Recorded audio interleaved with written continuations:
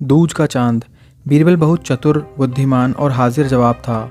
उसकी कीर्ति दूर देशों तक फैली हुई थी। ईरान के बादशाह ने जब उसके चतुराई की तारीफ सुनी तो उसने राजा के पास संदेश भिजवाया कि आपके वज़ीर को कुछ दिन के लिए मेरे दरबार में भेजने की कृपा करें। राजा ने बहुत कीमती वस्त्र आभूषणों की भेंट के साथ बीरबल को ईरान के लिए रवाना किया। ईरान की सीमा पर बीरबल का भव्य स्वागत किया गया। दूसरे दिन जब बीरबल बादशाह के दरबार में पहुंचा तो बादशाह ने भी उसकी आवभगत की और राजा के द्वारा भेजे गए उपहार के लिए धन्यवाद और कृतज्ञता प्रकट की। बीरबल ने ईरान के बादशाह को राजनीति के कई रस रहस्य समझाए। बादशाह उसकी हर राय से सहमत हुए।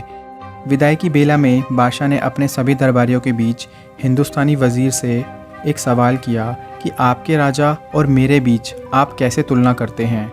वज़ीर ने कहा, हमारा राजा दूज के चांद की तरह है और आप पूनम के पूर्ण चंद्रमा से सुंदर सुशील हैं। बीरबल के साथ आए राजा के दरबारियों को मौका मिल गया। वह आपस में इस बात को लेकर खुसर खुसर करने लगे कि बीरबल ने ईरान के बादशाह के स्वागत सरकार के आगे अपने राजा को नीचा दिखाया है। ईरान के बादशाह को तो पूनम का चांद बताया और अपने राजा को दूज का चांद। दूसरे दरबारी ने हाँ में हाँ मिलाते हुए कहा, हाँ तुम ठीक कहते हो, पूनम का चांद बहुत बड़ा और चमकीला होता है, जबकि दूज का चांद एक पतली सी रेखा की तरह है। वज़ीर ने अपने राजा को छोटा बताया, इसकी हमें शिकायत करनी चाहिए। तीसरे दरबारी ने कहा। जब बीरबल वापस अपने राजा के दरबार में लौटा तो राजा ने सारा हालचाल पूछा। बीरबल की बातें सुनकर राजा बोला, आपने हमारे दरबार की शोभा ईरान तक फैलाई, इसकी हमें बहुत खुशी है। साथ गए दरबारियों ने पूनम के चांद और दूज के चांद वाली बात राजा को बताई। राजा इस पर बहुत नाराज़ हुआ। दूसरे दिन बीरबल से उसने पूछा, आपने मेरी तुलना पूनम के चांद से क्यों नहीं की। वज़ीर को सारा माजरा समझ में आ गया।